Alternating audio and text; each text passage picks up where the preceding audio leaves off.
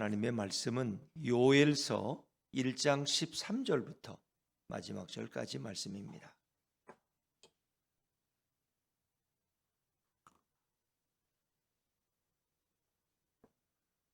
구약성경 1270쪽입니다. 요엘서 1장 13절부터 20절까지 말씀을 저와 여러분이 한 절씩 교독하십니다. 제사장들아, 너희는 굵은 배로 동이고 슬피 울지어다.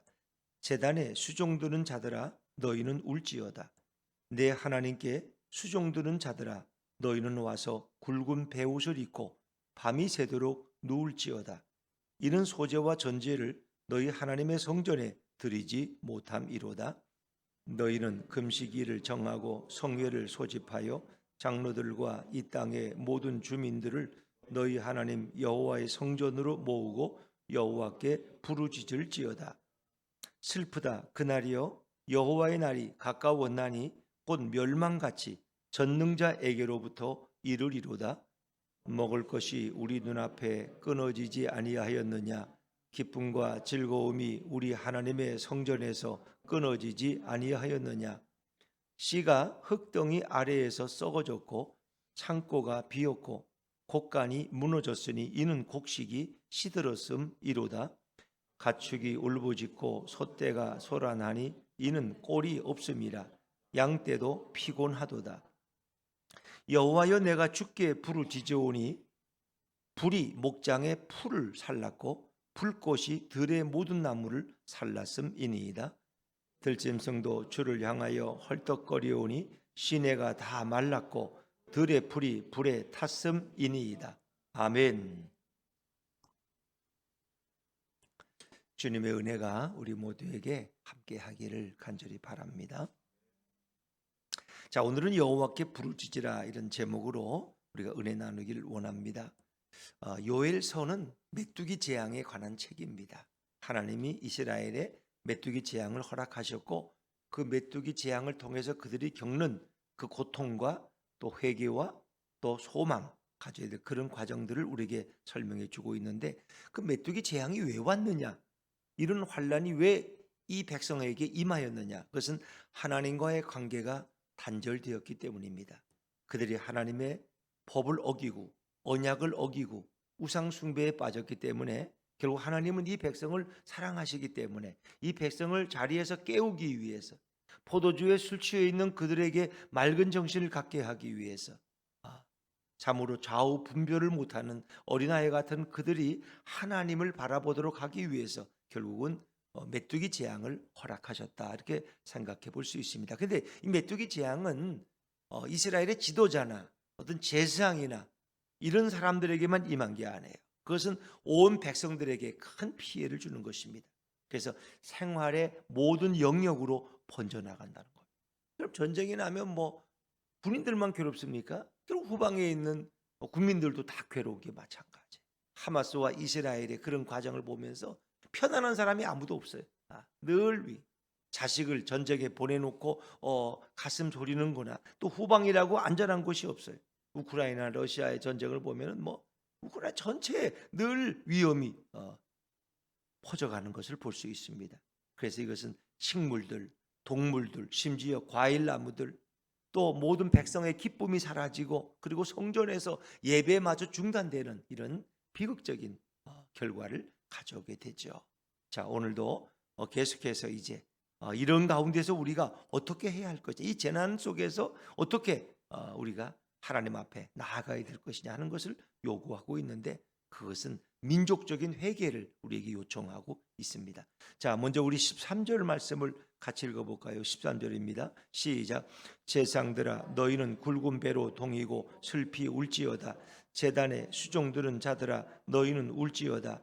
내 하나님께 수종드는 자들아, 너희는 와서 굵은 배옷을 입고 밤이 새도록 누울지어다. 이는 소제와 전제를 너희 하나님의 성전에 드리지 못함이로다. 아멘. 제사장들에게 먼저 말씀하시잖아요. 하나님은 요엘을 통해서 너희는 굵은 배로 동이고 슬피 울으라. 울으라는 건 회개죠, 회개. 그리고 굵은 배로 동이는 것은 이스라엘 백성들이 주로 회개할 때 배옷을 입고 먼지를 뒤집어 쓰고 음식을 끊고 그리고 하나님 앞에 통곡하고 애곡하는 거예요. 슬피 울지어다. 이건 회개의 촉구죠.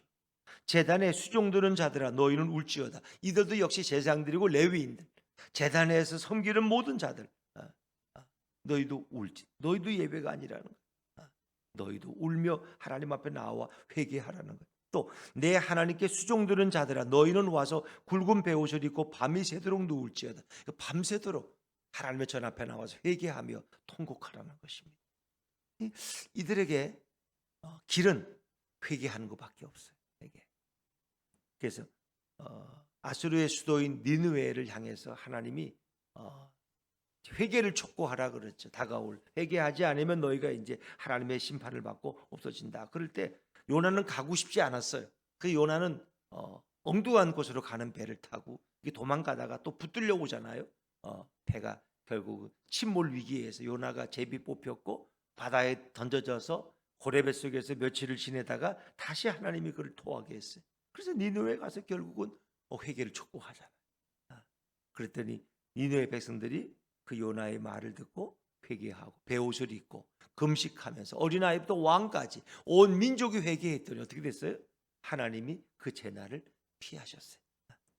돌이키셨어요. 그래서 니느웨가 살 수 있어요. 사실은 니느웨가 망하길 원했는데 니느웨 백성들은 마음을 열고 이 하나님의 심판의 경고에 귀를 기울이고 순종했더니 하나님께서 길을 열어주신 거예요. 그래서 소제와 전제를 너희 하나님의 성전에 드리지 못하는 이 죄는 이루 말할 수가 없는 거예요. 물론 이 모든 것이 메뚜기 재앙으로부터 왔지만 결국 이 결과를 초래한 이 제사장들, 이 예배에 수종드는 자들, 하나님을 섬기는 자들 다 우리는 회개해야 된다. 그래서 이것은 제사장들만이 아니라 결국 온 백성이 하나님 앞에 나와 회개해야 돼요. 왜? 이 민족적인 위기거든요. 14절 말씀으로 넘어가 볼까요? 14절입니다. 시작. 너희는 금식일을 정하고 성회를 소집하여 장로들과 이 땅의 모든 주민들을 너희 하나님 여호와의 성전으로 모으고 여호와께 부르짖을지어다. 이건 누구 한 사람의 회개에서 될 문제가 아니에요. 이건 한 개인의 잘못 때문에 온 것만이 아니라 민족적인 범죄예요. 그리고 결국 이 길은 민족 전체가 하나님 앞에 나아가서 회개해야 돼요. 그래서 역사 속에 정말 어려움 당할 때 대통령으로부터 왕으로부터 온 백성들이 하나님 앞에 부르짖는 이런 역사의 사건들을 우리가 볼 수 있어요. 영국이 그 위기를 당했을 때 영국의 유명한 누구죠? 2차 대전 때 처칠은 백성들에게 기도를 요청했어요. 라디오를 통해서 우리 지금 위기에 빠져 있습니다. 왜?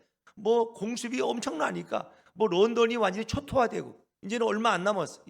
감당할 수가 없어요. 그때 백성들에게 기도를 요청하고 예배당마다 모여서 기도하기 시작했어요. 그때 2차 대전에 전세가 바뀌었다는 거 아세요? 전세가 바뀌었어요. 그래가지고 연합군이 승리하기 시작, 승기를 잡았어요. 결국 독일은 쇠퇴하기 시작한 거예요. 결국 이것은 기도가 그 중요한 역할을 한다는 거예요. 어느 민족도 마찬가지예요. 그래서 우리는 이승만 대통령이 기도하는 대통령이기 때문에 그게 자랑스러운 거예요. 우리나라 처음 국회가 개원할 때 목사님이 기도하고 국회가 시작됐어요. 국회가 시작된다는 건 대한민국의 역사의 출발이에요. 그게 기도하고 기도로 시작한 나라가 우리나라예요. 근데 물론 그분이 잘못한 게 있어요. 그분이 부정선거, 3.15 부정선거, 또 그 간신배 같은 또 총리를 둬가지고 또 이렇게 어려움을 당하고 그런데 그분 마음은 어찌 보면 순수했는데 이제 그게 눈과 귀가 어두워지니까 그렇게 되는 거죠. 그러나 그분의 처음에 나라를 세운 그것은 정말 위대한 거예요. 근데 우리는 이제 그걸 다 부정해 버리니까 이승만 같은 기도하는 대통령이 없었더라면 오늘의 대한민국은 있을 수가 없는 거예요. 그러나 그분의 잘못도 있죠. 공과 사는 우리가 분명히 인정해야 돼요. 그러나 그분의 공로는 또 우리가 그대로 인정을 해줘야 돼. 그래서 이런 나라라는. 그래도 하나님 앞에 물론 그 결과가 아름답지 못해서 우리는 안타까운 마음을 갖습니다. 역사 속에서 정말 이렇게 기도하는 이런 온 민족적인 회개가 너무 필요하다. 사무엘 사사 시대에도 그랬어요. 블레셋의 공격을 당하니까 어떻게 사무엘 선지자가 온 백성을 다 모았어요. 그리고 하나님 앞에 회개 제사를 드리면서 그들이 기도할 때 하나님이 그들을 승리로 바꿔주시죠.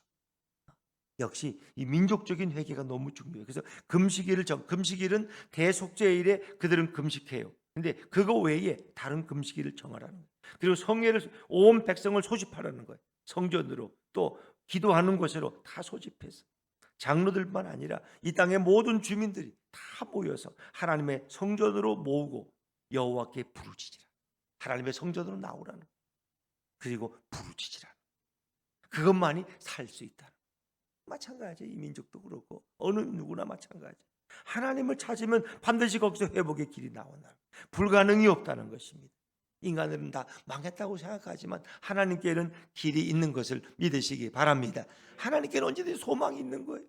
그 우리가 늘 되뇌이는 에레미야 33장 3절, 너는 내게 부르짖으라. 내가 내게 응답하겠고 내가 알지 못하는 크고 비밀한 일을 내게 보이리라. 지금 성경은 크고 은밀한 일을, 우리는 생각도 못하는 일들을 하나님은 이미 준비하고 계시다는 거예요. 기도하는 자에게, 부르짖는 자에게.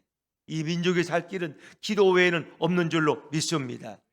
우리 대한민국이 정말 이 교회가 막 불같이 번져갈 때 얼마나 많은 기도의 시간들, 기도원마다 기도하는 사람들이 줄을 이었고, 교회마다 부흥회가 길을 이었고, 새벽 기도마다 많은 사람들이 왔고. 근데 지금은 그런 게 식어버렸어요. 기도하는 데를 별로 보기 어려워.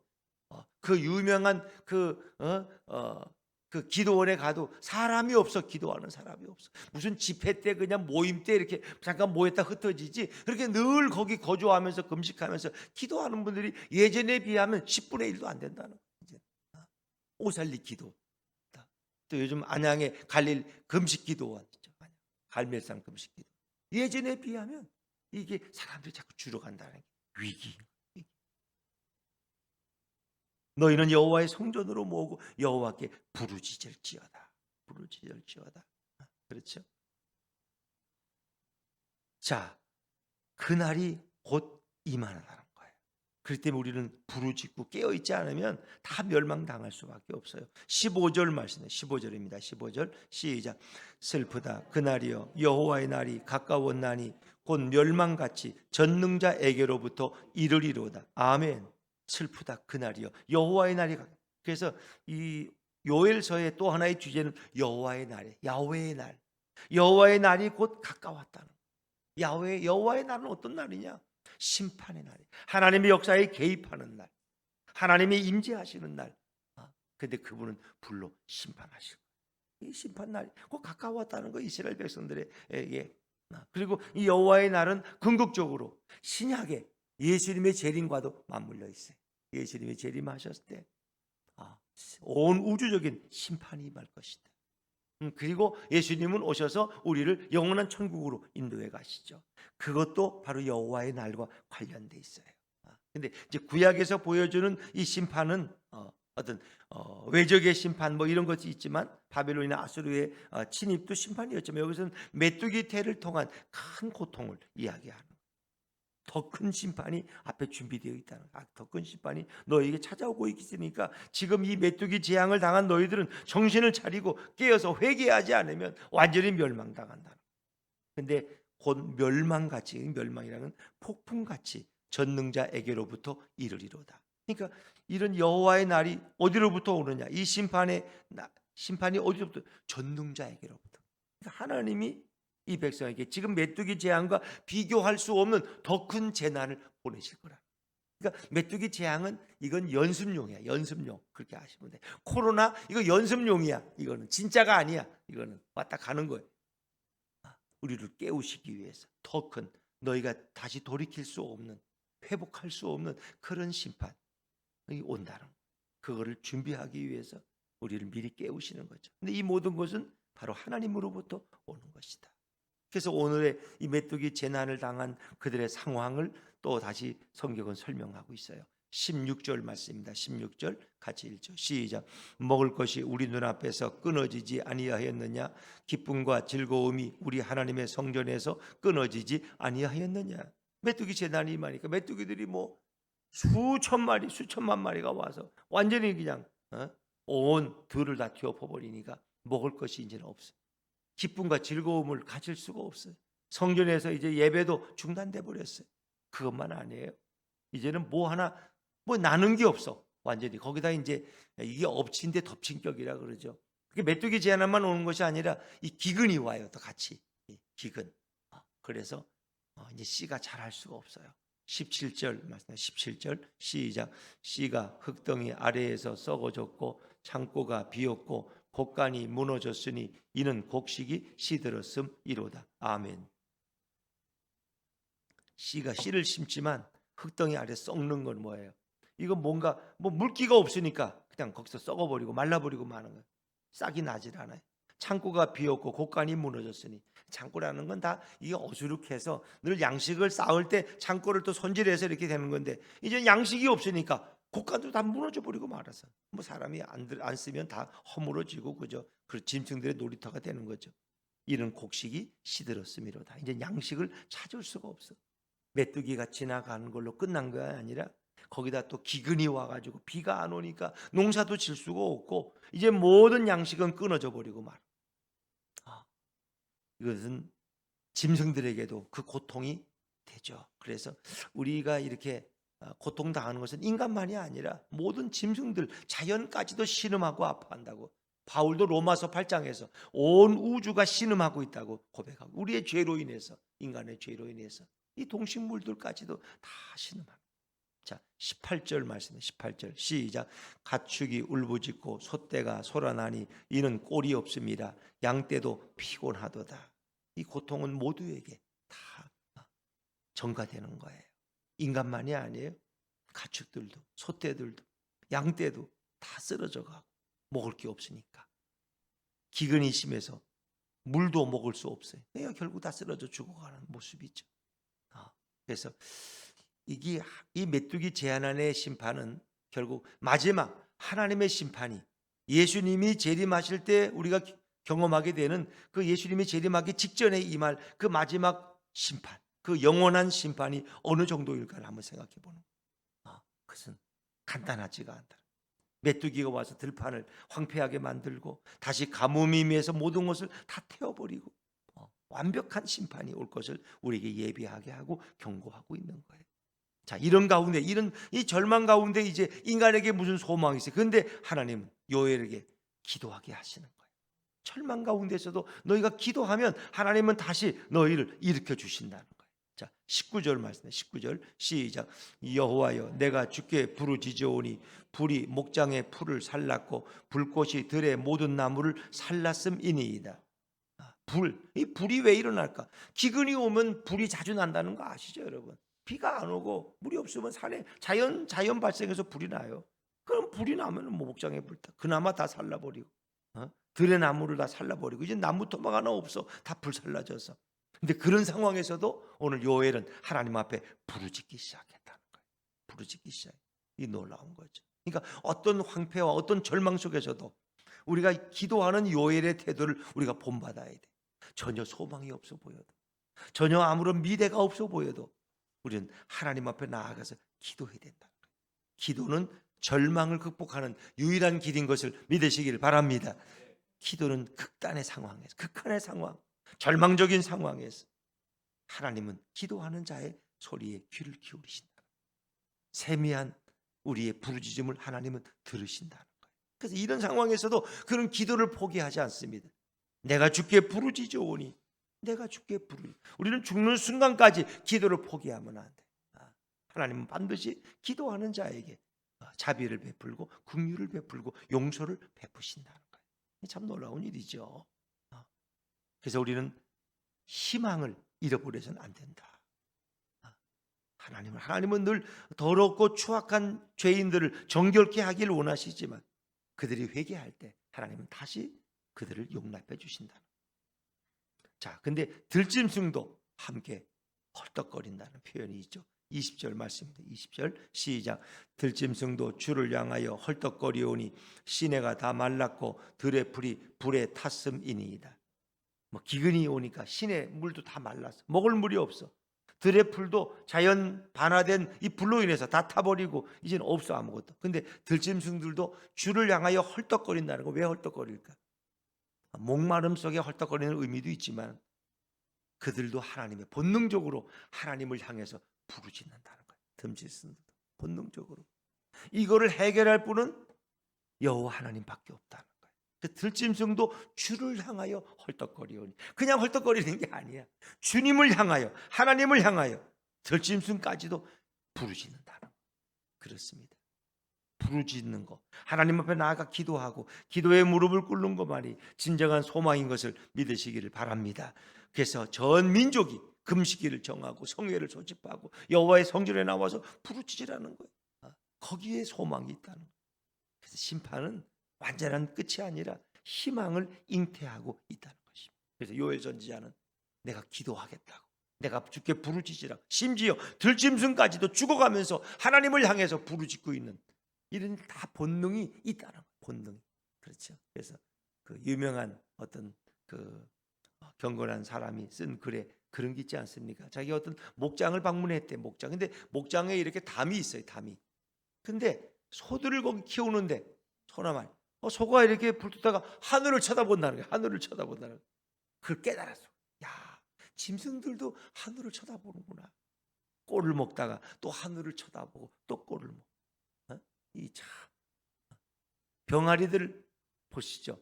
물 한 번 먹고 어디를 쳐다봐요? 하늘을 쳐다보죠.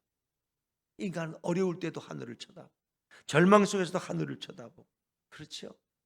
이게 다 본능이야. 모든 본능이 다 하나님을 향해.